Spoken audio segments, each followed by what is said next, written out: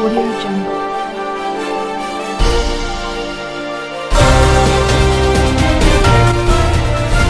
Audio Jungle. Uttar Pradesh के प्रयागराज में सुधा अग्रवाल नाम की एक महिला विधवा हो जाती है। उसके पति की सड़क हादसे में मृत्यु हो जाती है। पति की मृत्यु के बाद पति का जो लाइफ इंश्योरेंस था उसकी वजह से LIC की वजह से उसे कई पैसे भी मिलते हैं। इसकी वजह से सुधा को कई बार पुलिस स्टेशन पुलिस थाने जाना पड़ता है। लगातार 2-3 बार जब सुधा पुलिस थाने जाती है तो उसकी मुलाकात एक पुलिस कांस्टेबल श्यामलाल से होती है। ये घटना है उत्तर प्रदेश के प्रयागराज की। श्यामलाल जो कि हाल ही में उत्तर प्रदेश पुलिस कांस्टेबल में भर्ती हुआ एक 25 वर्ष का युवक था। सुधा जो कि 30 वर्ष की एक विधवा महिला थी, उसको श्यामलाल देखता है कि सुधा देखने में काफ़ी अच्छी और स्मार्ट लड़की थी।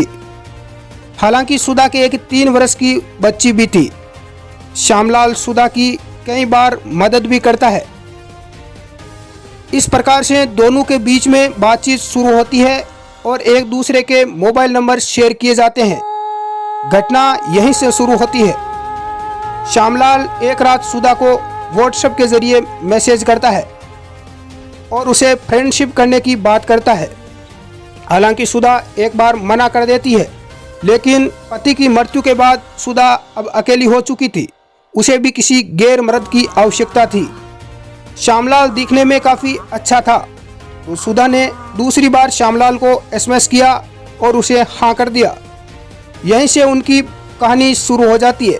दोनों में आपसी बातचीत धीरे धीरे बढ़ने लगती है और इनकी ये मुलाकात लगातार दोस्ती में तब्दील हो जाती है।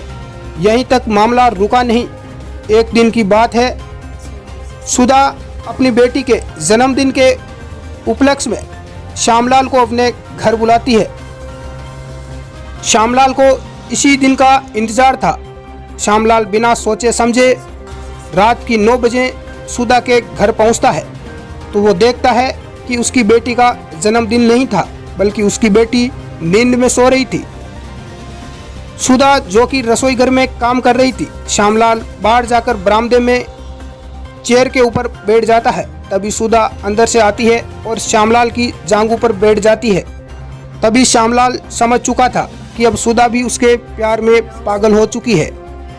श्यामलाल जो कि सुधा के लिए पहले से था, वही चीज श्यामलाल को चाहिए। दोनों में लगातार धीरे धीरे थोड़ी सी बातें बढ़ने लगती है और एक एकांत में रूम में जाते हैं।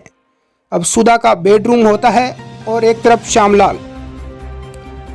दोनों ही पहले से हवस के भूखे थे।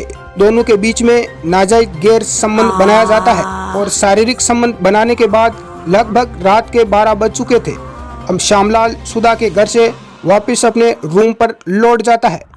यह सिलसिला लगातार कई महीनों तक चलता रहा। एक दिन सुधा श्यामलाल को शादी के लिए बोलती है, लेकिन श्यामलाल एक बार शादी के लिए हाँ कर देता है। हालांकि सुधा पहले से विधवा थी और उसकी उम्र 30 वर्ष थी, जबकि श्यामलाल की आयु मात्र 25 वर्ष थी।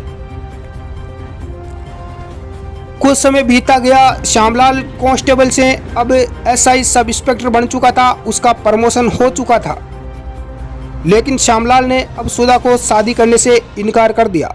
सुधा नाराज हो जाती है।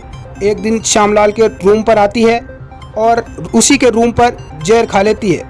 ये बात जब श्यामलाल को पता चलती है तो वो सोचता है कि अब उसके ऊपर कानूनी कार्रवाई होगी और उसे जिम्मेदार ठहराया जाएगा। उसी समय श्यामलाल भी जहर खा लेता है।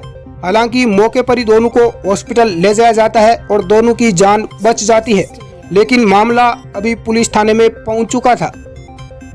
दोषी इसके अंदर श्यामलाल नहीं था, क्योंकि हवस की बुकाई सुधा भी थी और हवस का बुका श्यामलाल भी था। आपके हिसाब से दोनों में से दोषी कौन है, नीचे कमेंट करके जरूर बताएं। नए हो तो चैनल को सब्सक्राइब, लाइक और शेयर करें।